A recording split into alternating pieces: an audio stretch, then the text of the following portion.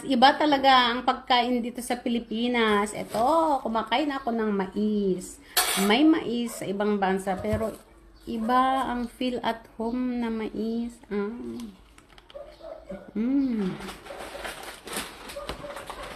Tapos meron pa akong ito.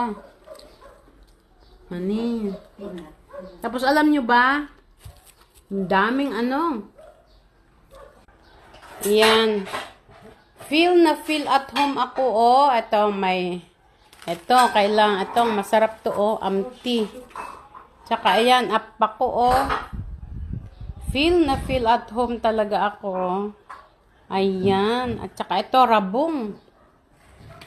Meron pa akong rabong. Tsaka, ayan. Grabe. Ayan, oh.